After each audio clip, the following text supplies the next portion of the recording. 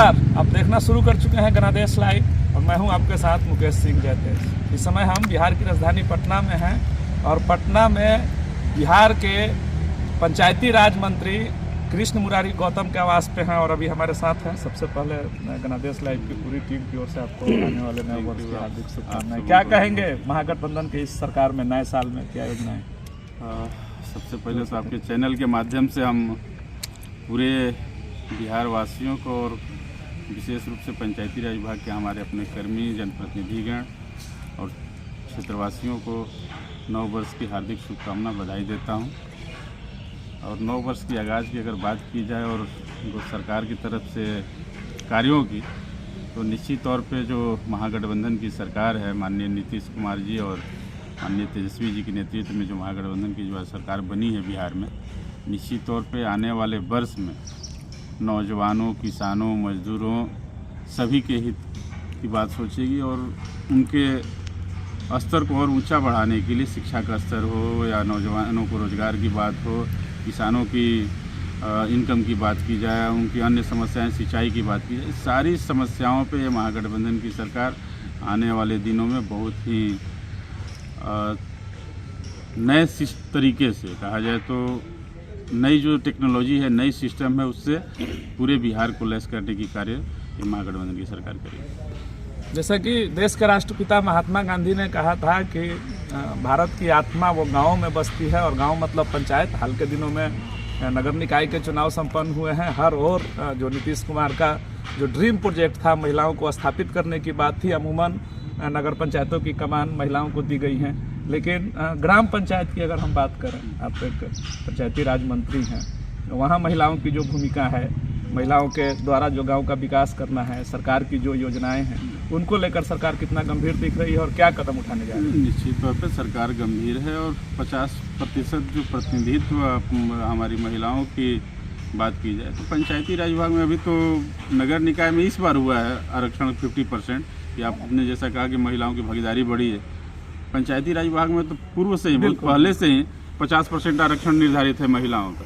तो महिला सशक्तिकरण पे सरकार हमेशा से सजग रही है और निश्चित तौर पर उनको सबल बनाने के लिए आगे के भी कार्य होते रहेंगे। क्या योजनाएं हैं पंचायती राज के नए वर्ष में या आने वाले बचे हुए? पंचायती राज तो विभाग के द्वारा तो बहुत सारे कार्य किए जा रहे हैं। अभी तो आपने देखा होगा कि जिस तरह से केंद्र की अपनी सरकार का अपनी बिल्डिंग है, लोकसभा का जो अपना भवन है, बिहार में आप आए तो बिहार विधानसभा का अपना परिसर है, उसी तरह से जिला परिषद है, वैसे ही पंचायत में पंचायत सरकार भवन बन रही है ताकि गाँव के लोगों की सरकार अपनी उसी पंचायत में मिल जाए। तो पंचायत सरकार भवन बनाए जा रहे हैं, उसमें सभी सुविधाएं दी जा रही है। गाँव के लोगों को जो भी समस्याएं हैं उसका निष्पादन कैसे होगा, वहाँ उन सारे अधिकारी पदाधिकारी को वहाँ पे कर्मियों को स्थापित किया जा रहा है ताकि आने वाले समय में लोगों को दूर नहीं जाना पड़े, अपनी समस्या, उनका गांव की समस्या गांव में ही समाधान हो सके। इसके लिए पंचायत सरकार भवन बनाई जा रही है।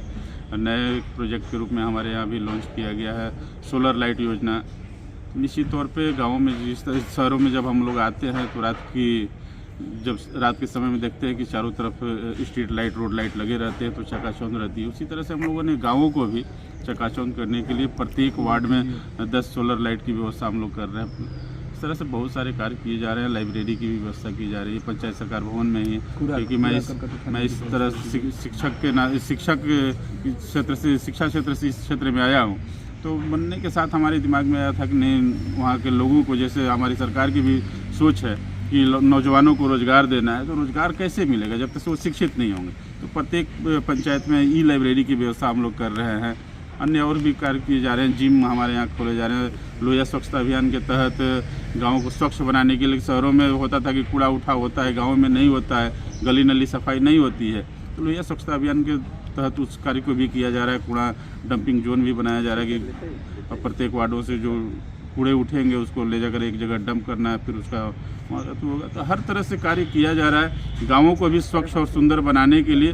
शहरों की भांति अब लोग जो शहर में पलायन कर रहे थे, अब लोग गाँवों में पलायन करें, इसकी व्यवस्था पूरे ग्राम पंचायतों के गाँवों के वार्डों में किया जा रहा है। राज्य सरकारों के किए गए प्रयासों और जनता द्वारा दिए गए सहयोग के आधार पर किसी भी राज्य, किसी भी शहर या किसी भी पंचायत का विकास होता है और ऐसे हालात में जब सरकार लगातार इन तरह के प्रोजेक्ट्स को लेकर गाँवों में जा रही है, कितना सहयोग मिल पा रहा है और क्या अपील करेंगे ग्राम पंचायत में निवास करने वाले लोगों से, किस रूप में सरकार की योजनाओं को, किस रूप में आप तक अपनी समस्याओं और अपने सुविधाओं को? समस्याओं को जानने के लिए, गांव के लोगों को समस्याओं को जानने के लिए भी हम लोगों ने बहुत सारी अभी व्यवस्था करने जा रहे हैं। आने वाले समय में लोग अपनी समस्या एक जगह से ग्राम पंचायत सरकार भवन में पहुंच करके ऑनलाइन ऑफलाइन हर व्यवस्था की जा रही है, जिससे कि डायरेक्ट सरकार तक हर डिपार्टमेंट की समस्याएं हर डिपार्टमेंट में पहुंच जाए।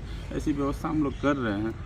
प्रत्येक गांव में सुरक्षा की दृष्टि से आप देखें तो वहाँ पे सीसीटीवी का भी हम लोग लगाने का कार्य इस आने वाले दिनों में करने जा रहे हैं, ताकि सुरक्षा की दृष्टि से भी हमारा गाँव में किसी तरह की कोई उस तरह की नैतिक अनैतिक जो कार्य होते हैं उसमें लोगों में अपना ये बना रहे कि उसमें वहाँ कोई गलत कार्य न हो, इसके लिए सीसीटीवी लगाए जा रहे हैं। बहुत सारे कार्य हैं जो विपक्ष लगातार हमलावर है सरकार पर, खासकर योजनाओं को लेकर। उसका कहना है कि कई ऐसी योजनाएं हैं जो पूर्व की सरकारों की हैं और उसी समय से इम्प्लीमेशन में था, सिर्फ कैश किया जा रहा है इस सरकार में। कौन सी उनकी योजना थी? सारी योजनाएं तो नई योजनाएं हैं, नए कार्य हैं, नई चीज़ें हो रही हैं।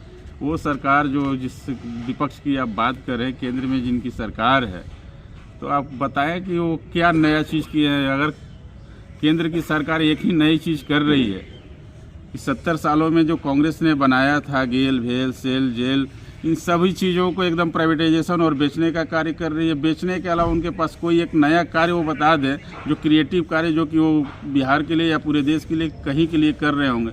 हमारी तो जो भी संपत्तियाँ देश की है, जो जनता की जो संपत्ति है, उसको सिर्फ बेचने के ये कार्य कर रहे हैं। तो क्या करेंगे और क्या बोलेंगे, इनका कोई कब तक तेजस्वी जी को, कब तक मुख्यमंत्री का ताज पहना रहे हैं? आने वाले समय में तेजस्वी जी सीएम बनेंगे। 2025 में हो रही है कि आगे हमारे नेता होंगे तेजस्वी जी, मुख्यमंत्री जी। चलिए, नई साल में बिहार सरकार कई सौगातों को लेकर आ रही है, कई योजनाओं को लेकर आ रही है। हमारे साथ सूबे के पंचायती राज मंत्री कृष्ण मुरारी गौतम जी हैं और शाहाबाद के लाल हैं। लगातार शाहाबाद की जो राजनीतिक स्थिति रही है बिहार में, वो किसी से नहीं छुपी है। अपने सशक्त प्रतिनिधित्व के लिए शाहाबाद का हर जनप्रतिनिधि जाना जाता है। अपने स्थानीय समस्याओं को लेकर भी लगातार सक्रिय रहते हैं। और अब जब आज साल का अंतिम दिन है, नए साल का आगाज होने जा रहा है, बिहार में कई अलग अलग चीज़ें, कई राजनीतिक उलटफेर आपको देखने को मिल सकती हैं। और आने वाले समय में जो राजद के सबसे कद्दावर नेता हैं, युवा नेता हैं, तेजस्वी यादव मुख्यमंत्री के रूप में दिखेंगे।